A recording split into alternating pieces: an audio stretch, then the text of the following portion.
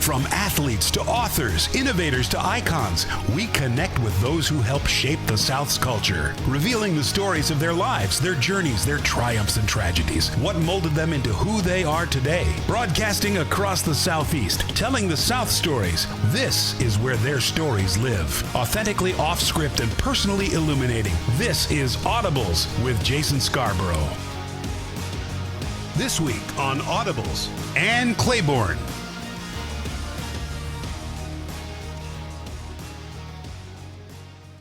So we began your story in Clarksdale, Mississippi, but your mom worked at Whitfield State Hospital, so you spent 11 years there in your childhood, eventually came to where we sit now in Brandon. So how would you describe growing up?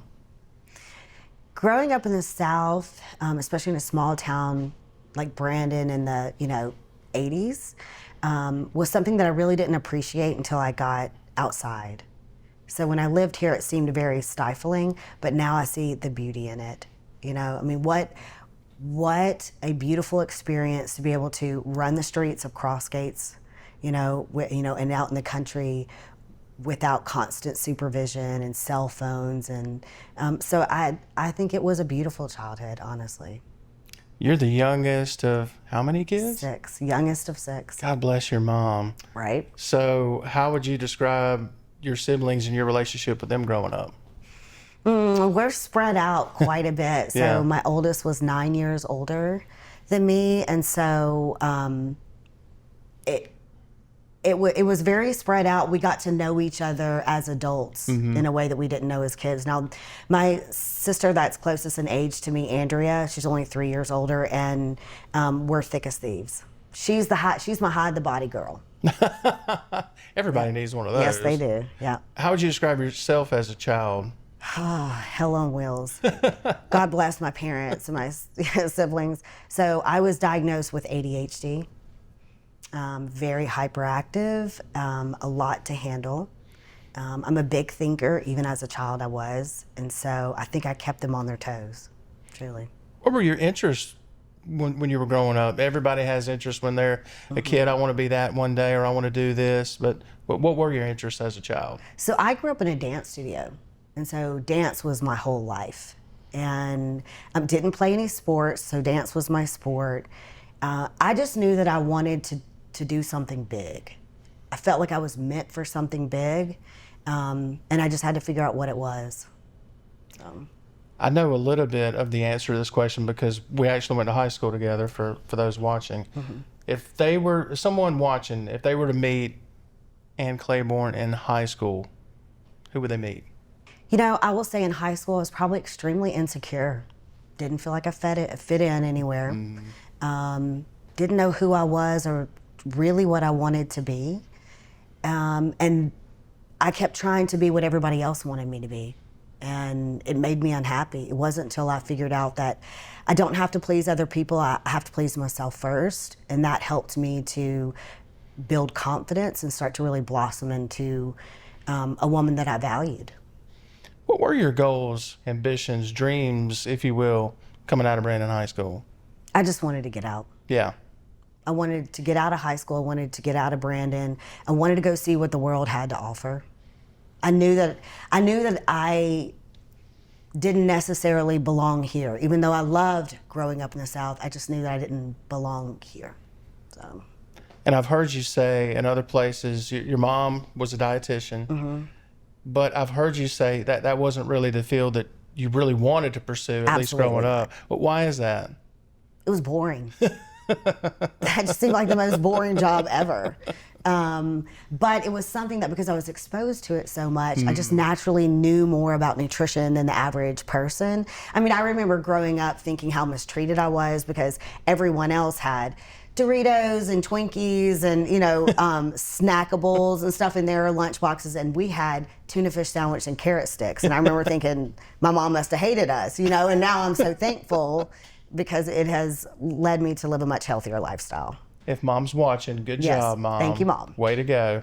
So you found yourself with the Army eventually, part of the 101st Airborne Division, if I have that right? So technically I was assigned to the 10th Combat Support Hospital. Okay. And we were deployed in support of 101st Airborne. How would you describe that experience? Traumatic. It was a lot. So I came straight out of nursing school. I went into the Army to go to nursing school because I wanted them to pay for it. And as soon as I graduated, I was deployed in 5 days. Showed up to my first duty station, went and picked up my gear, got on a C-130 and, or on a big plane, headed out.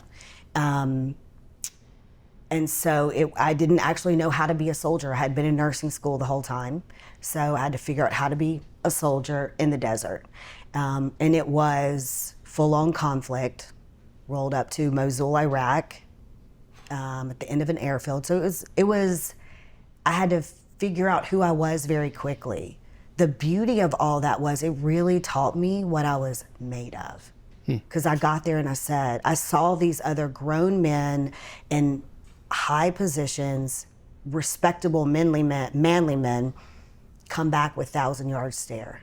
And I just said, I'm not going to let that be me.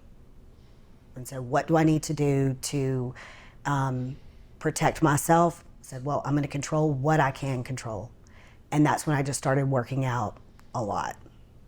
Because it was the one thing I could control was my little bit of free time was I would go work out. Stress relief.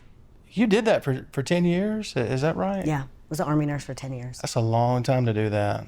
It was, but so I came back from deployment in 2004, and then when I came back, I got a phone call. They needed a nutritionist for the World Class Athlete Program, which is the Army's equivalent of the Olympic Training Center. And they said they would send me back to school to become a nutritionist. It may be non-deployable. That's all they needed to say. I said, sign me up. And that's really how I got into the nutrition game. And so then my first dealings with nutrition was working with Olympic athletes. What a blessing. How often do you look back at that moment and go, wow, that was the moment that a lot of things started to be put in motion? How often do you reflect on that moment?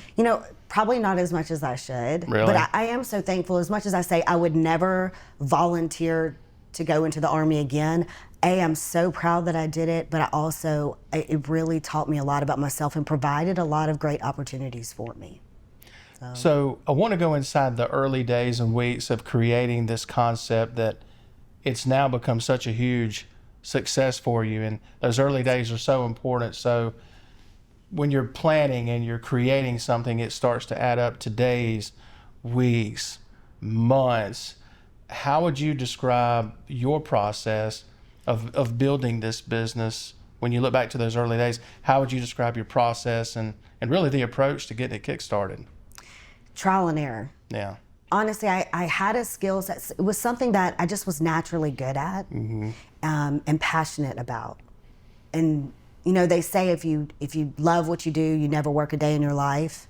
I just love doing it, and I love connecting with people, and I think I'm really good at helping people get out of their own way. So sometimes it's a lot less about food and a lot more about getting to the core of what makes somebody and help them to love themselves enough to make these changes. And then when it comes to professional athletes, it's no different. It's just you're fine-tuning things. So my process was just trial and error. It sounds like a lot of times you're kind of a psychologist, psychiatrist, or something to that effect, maybe? Yeah, it's like a bartender, like a trainer, like, nutritionist. I was great at being a nutritionist. What I didn't know anything about was how to be a businesswoman. I wasn't raised by business owners. And I grew up in Brandon in a time where we didn't teach women about business. At least I didn't. Wasn't taught about business that way. And I think most of the women my age that knew a lot about business were because their parents were business owners. So I had to learn a lot on my own, and was fortunate enough to get some really great business mentors from the very beginning. And I'm not afraid to ask a question. So I ask a lot of questions. I made a lot of mistakes. I'm still making mistakes daily, but learning from it along the way. And I think the most important thing that I learned is I have to fail. I had to give myself permission to fail. I have a tendency to be somewhat of a perfectionist, and I had to really pull back on that so that I could succeed. The first business out of this trial and error was Mission Nutrition. Yeah. So take me back to what were the goals that you had for Mission Nutrition starting out? So Mission Nutrition was just working with like small local people. I wasn't charging a lot. And clients would come to me that were very successful and go, you are really good at this and you should be charging way more for the amount of work that you're doing. And so that was my first lead into like, oh, maybe I am really great at this. And so then COVID hit, and nutritionists were a luxury item that nobody needed anymore because we all thought we were going to die. So we were drinking wine and eating pasta every night and watching Tiger King, right? And so I really had to transition. I said, well, I can reinvent myself, or I can go down sinking. And so I started working with professional athletes. I had someone that linked me with one professional athlete, and then the word got out, and it's history. I mean, I love doing it. I love helping people no matter who they are. Working with professional athletes is a lot of fun though. Today's conversation is brought to you in part by Farm Families of Mississippi, reminding us that every meal starts on a farm. Mississippi farmers raise over 800,000 head of cattle each year. We take care of our livestock so you get what's good for your family on your table. We are only one of thousands, but we are united as one to grow the food, fiber, and shelter you need every day. Mississippi needs farmers. The Farm Families of Mississippi. Hey, it's me, Gus the Gopher for Atmos Energy. I dig all around the yard. Occasionally, I bump into a utility line and get a headache. But if you hit one with your shovel, backhoe, or ditch digger, you could cause a gas leak, disrupt service, or worse. So call 811 at least 3 business days before you or someone else digs in your yard to have those underground utility-owned lines marked. It's free and it's the law. You dig what I'm saying? For more on safe digging, visit atmosenergy.com/811. Is cooking your passion? Do you love to bake? Do you want to be a chef? You need to check out Culinary Arts at Holmes CC. When the affordable tuition you need meets the technical skills you want, that's when you know you're a Bulldog. A Holmes Community College Bulldog. Enroll today at holmescc.edu. Family owned and operated since 1986, Lakeside Molding has become the trusted source of architectural products throughout the South. They offer fine interior architectural moldings, custom millwork, and cabinet doors designed and handcrafted in Flowwood. Their showroom on Lakeland Drive is stocked with today's most sought-after interior details, including corbels, post, fireplace mantles, bath vanities, mirrors, and much more. Tim Shoemaker and his staff work closely to meet client needs for new construction, restoration, and remodeling projects. Lakeside Molding, where details make the difference. Audibles continues with support from Farm Families of Mississippi, where agriculture meets everyday life. I got to just say this at this point. I mean, there's still so much to cover, but the call that you get to work with the Olympic athletes within the Army there in that program. So you get that call, and then now you're talking about getting this call that linked you with that first professional athlete, and then you're off and running again. I mean, you have to think at some point, man, this is it. Everything's clicking along at this point. You know, first with the Olympic program, everything's moving along for you at this point. For me, looking at your story, it just seems like things continue. I don't want to say fall in your lap because you work your tail off. I know that, but things are falling in place like they should. It's amazing to look at it from that vantage point. Do you ever look at it that way? No, because I see all the hustle that went into it. Right? I mean, there's a lot of things that went wrong in between each step. Sure. I think that the best lesson that I was ever taught, and one thing that I do well, is I just don't stop. You know? And so as those things happen, I think that we kind of create our own destiny, our own luck, in the hard work that you put in. So if you continue to work extremely hard, then when opportunities present themselves, then you can capitalize on it. Because there are definitely some opportunities I've missed because I wasn't prepared. Huh. I was trying to give you a compliment. Thank you. Yeah. I mean, I I'll was take really it. trying to compliment I'll take it, you. but I guess I just don't want anyone to think that it comes easy because you have to No. work really hard. No, I think if anyone, for those that follow you and know your story, they know how hard you work.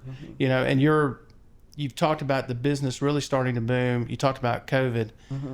I'm always curious to ask people this, no matter who it is, what lessons did you learn from navigating through the pandemic and still you're able to run a successful business that is still successful as we speak, even more so. So what lessons did you learn from how to navigate through that?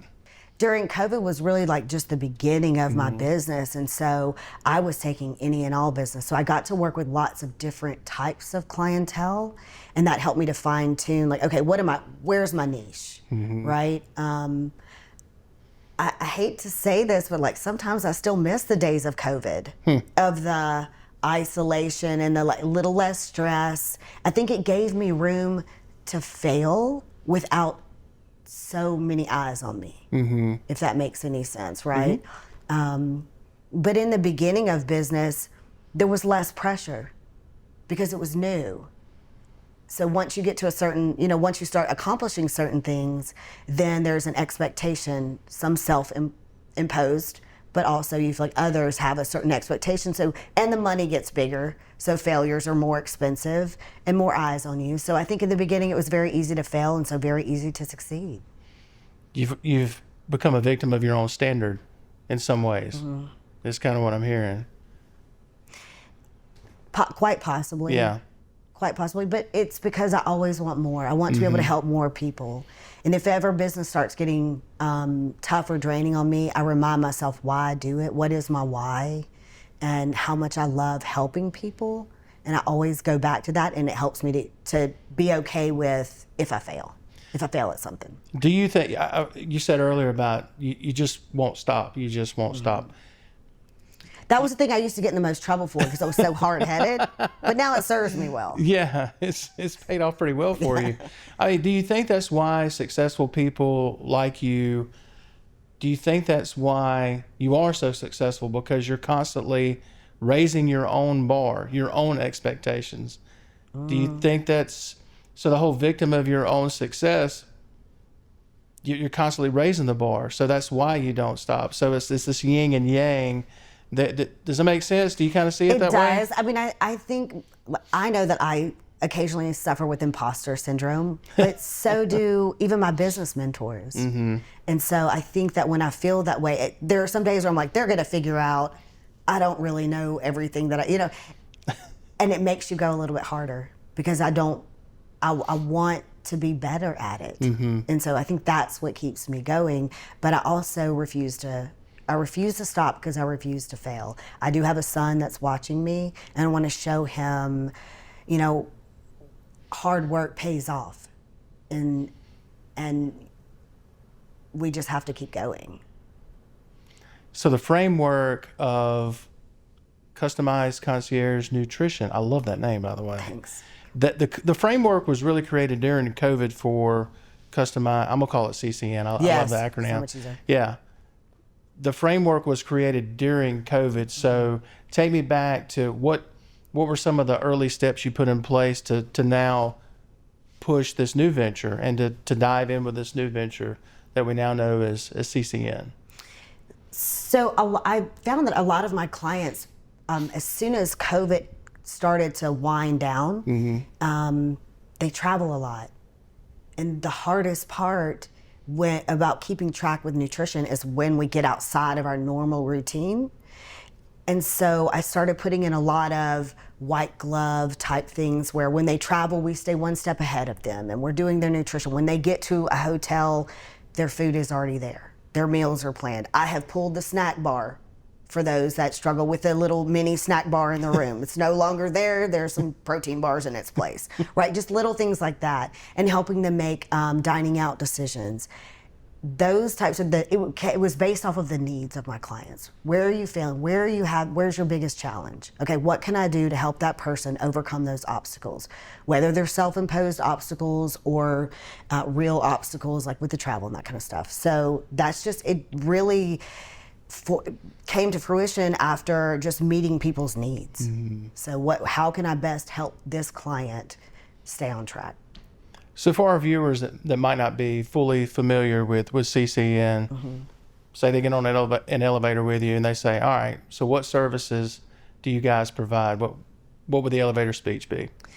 Gosh, I'm not great at that, but we are total nutrition. So everything health and nutrition related, we cover it all. So the first thing we do is we start out with everyone with a medical exam. You know, I'm a nurse, so everything has a medical background, so medical questionnaire. We're looking at blood work, we're looking at DEXA scan results, because I need to get to the root of all of your health issues. And then we figure out what obstacles are in your path, what your schedule is like and all that stuff. And then we build a plan that fits into your lifestyle, because we can write the world's best plan, but if you're traveling all the time, or if it's not foods that you want to eat, or whatever your obstacles are, then it's really not worth the paper it's written on. So we do all that. We plug in chefs or meal prep companies so that the food is just there, right? What we're trying to do, the whole goal, Jason, is to make nutrition something that you don't have to think about, because I need my clients to be focused on what they do really well, which is go make money, right? I need an athlete to focus on performing, not what his next meal is. I need for my CEO to not have to worry about where is he going to get his next lunch from, or is this healthy, or is this what I'm supposed to be eating. Just focus on business. We're going to have it right there for you. So can anybody be a client? Does it have to be a professional? So you help the average, I don't like saying average Joe, I'm going to say average Jason. Can I get away with that? Yes. So you help the average Jason or the professional athlete. It doesn't matter. So you guys can help anybody. Absolutely. The only difference is most of us are super busy, right? It's where is that time being spent? Are you losing time watching Netflix, or are you truly in meetings, right? And so it's how the time is spent. But most of us lead super busy lives, and so it's just helping people get through the obstacles. How I got into working with high-level CEOs from professional athletes is that I realized that it's the same mentality. It's the win at all cost. They're very driven, their time is limited, and they care about their health. They understand the importance in investing in their health, but they just don't have the time to get it done. We need to take her on the road with us, don't we? For sure. we could utilize your services. In building a successful business or organization, for anyone, there's that moment where I call it finding your inner CEO. So for you go back to earlier talking about you had to learn how to run a business. You're learning on the fly. I mean, really, it's just trial and error, as you said. Can you reflect on a moment where you look back and it was kind of an aha moment and you say, that's where I found my inner CEO? Is there a moment that you can look back to and say that was the moment when you became boss? I landed an extremely large government contract. Okay. And for the state of Florida. And I remember thinking, okay, now I'm finding my stride, right? But on the daily, I feel like I'm not doing enough, or I should be doing things better. There's so much more to learn. And that's why I think it's extremely important to put solid mentors, people that I can go to and say, oh, what have I done? You know, or how do I maneuver through this situation? And I will reference several people, because you have to have people that have done it before, you know, because how else are you gonna, it's the fastest way to get to where you're going, you know, is ask somebody that's already been there. Support for Audibles comes from Atmos Energy, helping to fuel homes across the South with safe, reliable, natural gas. We'll be right back. When it comes to choosing energy for your family and your home, make the smart choice with natural gas from Atmos Energy. It's efficient and reliable energy that's essential for today and generations to come. You can count on affordable natural gas to help you save money and keep you comfortable while fueling your dream home. So make the smart choice and talk to a builder today about including natural gas. Together, we're fueling our energy future. Atmos Energy, your natural gas company. From our view on this farm, food security is national security. Our nation must have a sustainable food source. Keeping the supply chain moving and food on our grocery store shelves by growing the cleanest food in the world. We're only one of thousands, but we are united as one to grow the food, fiber, and shelter you need every day because Mississippi needs us. Mississippi needs farmers, the farm families of Mississippi. Welcome back to Audibles, presented in part by Atmos Energy, natural gas, the smart energy choice for your home. You've been featured in a variety of places. I'm going to read some of this off. ESPN.com. I love the articles that they did there. It was well done. USA Today, the Chicago Journal, Vince Magazine. Mm-hmm. You participated in a lot of podcasts, interviews, a lot of different things. I called you a pro when you walked in earlier. I was like, hey, she knows what's up. Was there a publication or a podcast or an interview where you kind of, like you just talked about with a big contract, was there one of these interviews or articles where you went, okay, all right, now it's for real, or that really got your attention or wowed you? Was there a moment like that? Yeah, when ESPN called me. Yeah. When ESPN called me to comment on a player that I was working with and told me, I didn't realize that I was trending on Twitter. I was trending on Twitter because the player Mekhi Becton had come off so much weight, and everybody wanted to know how he lost the weight. Wow. And that was an aha moment for me. It felt really good, because not only was I helping him become more successful, but I thought, okay, other people know my name. I don't know. There's a close tie with when I got the call from a trainer who asked me to work with Evander Holyfield. Oh, wow. Yeah. So growing up, my dad was, I would say he was the armchair boxing champion of at least cross gates, right? And so, my dad could really put on a show sitting in the chair watching boxing. He watched a lot of boxing. So growing up with seeing Evander on TV and, what a big celebrity that was. For me to get that call to work with him, that was just the highlight of my career. And I will say Evander was a dream to work with. Now I'm jealous. He's a great man, and he was and such a legend, and humble, so very humble. One of my all-time favorite boxers, without a doubt. That's amazing. Evander Holyfield, legend. So Vince Magazine, I referenced him just a minute ago, so I'm going to quote them here. And I love this quote describing you. She has a huge list of celebrity clients, including Super Bowl champions, a slew of NFL players, a two-time boxing heavyweight champion, just mentioned him, several Major League Baseball players, an Emmy winner, an Oscar recipient, amongst other A-list celebrities, multiple high-profile lawyers, C-suite executives, and a few noteworthy politicians. That's an impressive clientele. So when you hear that now, sitting here with an old classmate in Brandon, and you look at where you've come from, what goes through your mind when you hear all of that now? It's a little humbling. To be honest, because I don't necessarily keep score like that. But I love it. I love that I have these opportunities. I'm so thankful for it, truly. But honestly, some of the best work that I've done has been with nobody you know. We've helped them create lifestyle changes. They're living healthier, happier lives, and that to me is just as rewarding as some of the other. Although it is really neat to go to the movies and be like, I built that body. That's fun.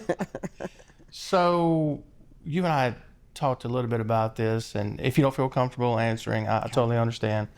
It is a list of clients that is a little shrouded in anonymity. So who are some of the clients that you mentioned? Evander. Who are some of the other clients that you can mention that people will go, oh, okay? Yeah.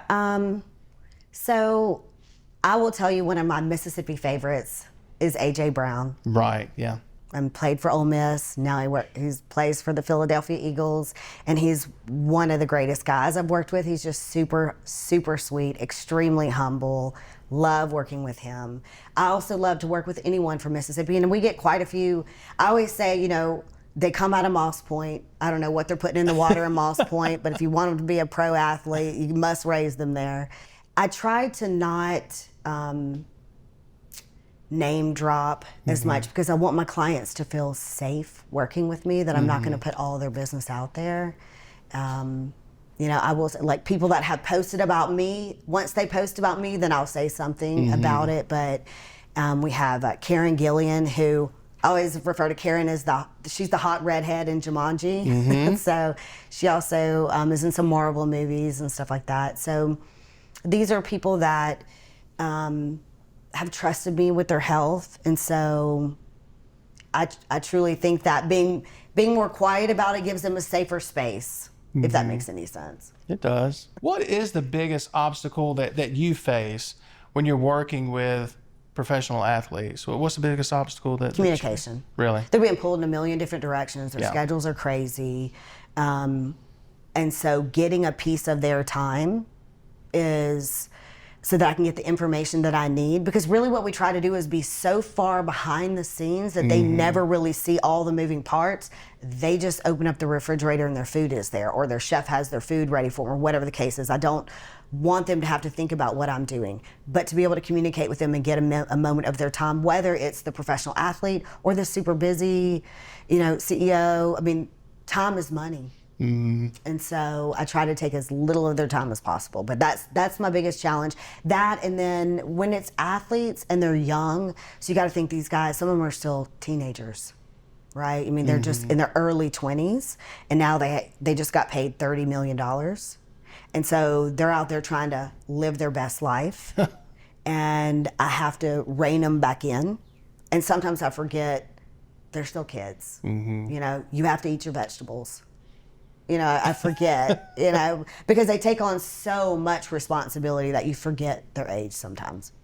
I don't know. I almost didn't ask this, but I'm like, I have to ask Ann. I think she'd feel comfortable with this. Do you feel like your journey could be seen as a positive development for, there's so many women that we have women that will watch this show, women who have faced barriers, proving themselves. Maybe they've been hesitant to pursue their dreams, their goals, whatever it is, in maybe a field like you're in that's historically been male dominated. Do you feel like your story could provide motivation or inspiration to anyone that's watching that might be on the verge of going after it like you did? Do you think it's a victory for women, your story? I think any success for women could be inspirational. I think it's very important to know, and we've talked about this off camera before, we're like, I wasn't the super popular kid. I didn't feel like I fit in. I definitely faced some challenges, a lot of obstacles I had put in my own path, right? And I think it's important to see that you can make whatever you want for your life. You know, it's definitely up to you. And you're gonna face challenges, and I think that it's still, being a businesswoman is still a different challenge than it is a businessman.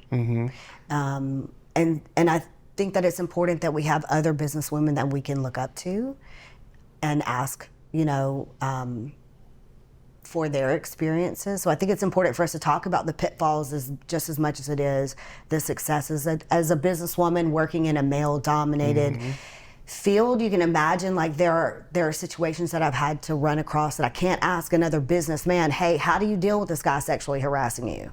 You know, and you kind of have to figure it out. And the best thing that I've found is you stick to your guns and you remind people that you're about business and stand on your business. I like that answer. All right, so let's go behind the curtain just a little bit. Okay. What is no day is the same, but what is a typical day like for Ann Claiborne, the professional? What's a typical day like? So I like to get up really early because I need me time. I have to be caffeinated before I can function. And so I journal. I wake up and I journal for it, even if it's only 5 minutes, because it helps me set the tone for the day. And then I jump straight into Zoom calls. We have Zoom meetings. So my staff is throughout the United States. We have to do that strategically because dietitians have to be registered in the state that your client is in. So we have dietitians all over, nutritionists, my CEO's in New York. So we have a Zoom meeting. It's kind of like our team huddle. And then we get started fielding phone calls with clients. And that goes on all day. Our job is definitely not a 9 to 5 because when the client needs something, we go. And so like sometimes, like one of my actresses was in Australia. So it's 3 a.m. I'm fielding phone call. It sometimes doesn't stop. But I love it, and we've gotten into corporate wellness, and so we're really starting to dig into that world and figure out how we can improve business people's lives. So we've been doing a lot of research on that. I go to the gym every day, 7 days a week. I don't necessarily lift all 7 days, but I've made it my habit because sometimes that is the only time that I stop working. So the gym time is my time. So I put on my AirPods, go to the gym and work out. And then, that's it. I work a lot. I have a very limited social life, but I like it that way. Like I love what I do. And so I do work a little too much. But I never miss a gym, so.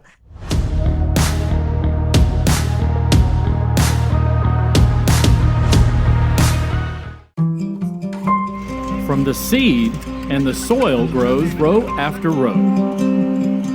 We take care of this land, using just the right amount of our natural resources and never more than we need. We are only one of thousands, but we are united as one to grow the food, fiber, and shelter you need every day. Because Mississippi needs us. Mississippi needs farmers, the farm families of Mississippi. Hey, it's me, Gus the Gopher for Atmos Energy. I dig all around the yard. Occasionally, I bump into a utility line and get a headache. But if you hit one with your shovel, backhoe, or ditch digger, you could cause a gas leak, disrupt service, or worse. So call 811 at least 3 business days before you or someone else digs in your yard to have those underground utility-owned lines marked. It's free and it's the law. You dig what I'm saying? For more on safe digging, visit atmosenergy.com/811. When it comes to concrete work in central Mississippi, trust a name built on generations of craftsmanship. Nico Concrete Contractor. Nico is a third-generation concrete professional with over 30 years of hands-on experience and more than 20 years in business right here in Brandon. From residential driveways and patios to commercial parking lots, metal building foundations and retaining walls. If you want it done right the first time, call Nico Concrete Contractor. Built on experience, built to last. Is cooking your passion? Do you love to bake? Do you want to be a chef? You need to check out culinary arts at Holmes CC. When the affordable tuition you need meets the technical skills you want, that's when you know you're a bulldog. A Holmes Community College bulldog. Enroll today at holmescc.edu.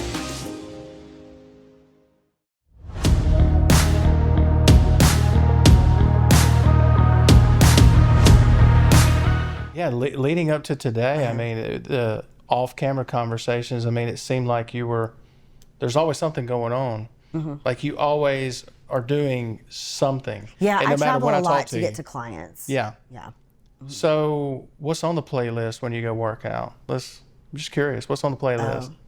You're going to laugh. No. Hardcore gangster rap. The harder, the more brutal, the better. Not laughing at all. You and the Southern Miss athletic director Jeremy McLean would get along very well. People are always surprised with my playlist, but yeah, his is old school gangster rap, no doubt. So gangster rap, okay. So take me transition from being Southern girl from Clarksville, Mississippi. You just mentioned being literally all over the country, sometimes all over the world. Do you ever see your Mississippi accent slip in sometimes? Yeah, I'm in it right now because I'm home. Yeah. If I get on the phone with my sister, but especially if I get on the phone with my father, it gets really deep. But I learned early in my military career to be able to turn it on and turn it off because people would judge me. I'm a blonde Really? with a Southern accent. They would assume that I wasn't very smart. Wow. And so, plus, I think that in business, and I try and teach my employees this as well, mirroring is a great tool for business. So if I'm speaking to someone that isn't from the South, I will definitely drop the Southern accent and try and mirror what their personality, because I can get further.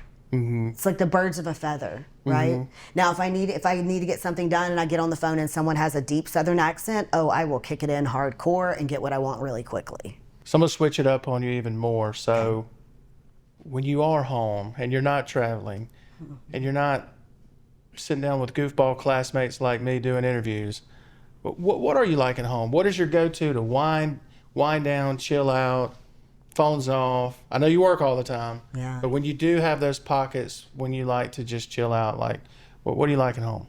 I love to play golf. Really? Yeah, I love to play golf. I play a little tennis. Not great at it. Not great at either of them, but I love it.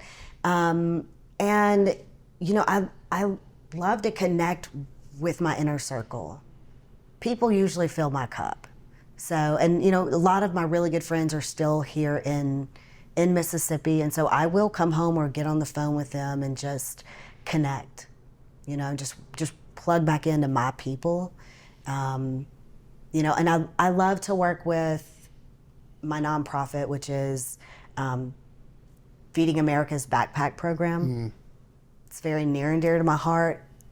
Like, if I think about it too much, I'll get upset about these children that don't have food outside of school. And so I love to do things to help that program. So we kind of touched on your playlist earlier when you work out. So I love asking this question. Okay. If we get in the car right now and we're riding to the village, I was going to try to get a laugh out of you. Yeah, the village. Being you go Let's to the take it way village. back. Let's We're going take to it go to way Village back. Teas. We're going to go to the village right now. And we get in your car. What's coming on? What are we listening to? Is it a podcast? Is it music? I do listen to a lot. Funny thing is, truly, when I go to the gym, it is gangster rap or it's Audibles. Like Audible podcast, like not podcasts, but like books. That's the time because when I'm listening to a book, I'm not paying attention to everything else around me. So then I can just focus on my workout. I do listen to a lot of audiobooks in my car. But I will still listen to some country music in my car. I think it makes for great driving music. Is that the guilty pleasure, or is there another guilty pleasure music? Music, like I like Amos Lee. I don't know if you know who that is. I just like, it's kind of like chill beach music, you know. Okay. I love all music. Yeah, I really do love all music. And I think that part of that is from being raised in Mississippi where we have, like, I love blues music, you know. I mean, I just think that we're so blessed to be surrounded with so much great music being from Mississippi that I was exposed to a lot. So. What's the last book you read cover to cover? Ooh, lots. Lots. I love to read, which is so funny because I hated reading when I was younger. Really? Yeah. I've read Atomic Habits now 3 or 4 times. They're usually business books, things like that, because I can read something one time and apply, and then you're kind of taking mental note of these other things that don't really apply to you right now, but you might need later on. And so then I'll go back. But outside of like business and self-help, I really don't read any other books. I don't read for entertainment purposes like that. Trying to feed your brain. Yeah. Audiobooks. I want to know more. Yeah, I want to know more. I want to better understand business. I want to better understand people. And sometimes even how I can improve in my personal life, how I can show up better for the people that I love. So you've conquered so much. So much left to do, Jason. Sure. So to that end, this is broad, but what is next for CCN? What would you like to see you guys conquer or dive into next? Well, actually, so I have a company. It's called FirmWell, and we're corporate wellness. And so right now our focus is large law firms. We do corporate wellness for law firms, and then I want to move into the banking. These are people that are very busy, very driven, And if we can help improve their health, their nutrition, but also the work environment, I love doing that. So corporate wellness on a large scale, that's my next move. As a proud mother, business owner, and an entrepreneur, you embody this drive and determination that really, I think, kind of embodies, I don't want to mess up the motto, excellence in everything you do. So kindly share with us like what this motto means to you. Excellence in everything we do is such an important statement that I share with my staff and I remind myself daily, because it's not about perfection. It's just, we're going to do the very best that we can do in every moment. It's the same old adage as, how you do anything is how you do everything. So I don't care how small the task, make it the best that you can be at it. And I think that it's building blocks, right? If I do this really well and I do this really well, then I'm going to get higher. I told you in various conversations, you need to start keeping up with these sayings that you come up with. We can make a whole book out of some of these. I'm not even kidding. So to the individuals at various stages in life, the little girl, the young lady, the single mom, the woman who might be watching, she's going through a late life reinvention. What would be your message to those people? Yes, you can. Yeah. You absolutely can. Yeah. It starts with your inner belief. Once I realized, yes, I can, then there's nothing stopping you, because then it's just a matter of how. Final question for you. I thought about this one for a while. If you could go back and have a conversation with 21-year-old Ann Claiborne, what would that conversation entail? Level up. Level up, for sure. Meaning? I think that I had put parameters on myself. I wasn't dreaming big enough. I was afraid to dream big enough. And so just giving myself permission to be great. But in giving yourself permission to be great, I had to give myself permission to fail. That's a great way to end the interview. I want to tell you, first of all, thank you for your service to your country. Thank you for your friendship after all these years. And look, I know your schedule is insanely hectic. Thank you for taking time to do this with us. I really do appreciate it. And I hope this helps. So look forward to seeing your success down the road. Thank you. Thank you. Appreciate you. Makeup, please. Last looks. I told you she's a pro. Set on a lot of sets. I've just always been like, where's the red dot? Let's go. Some people have that gift. You're looking at two of the most accomplished Brandon High School grads, by the way. I just want to throw that out there. Real stories, real legends. The South's own storytelling show. Join us next week for another episode of Audibles with Jason Scarborough.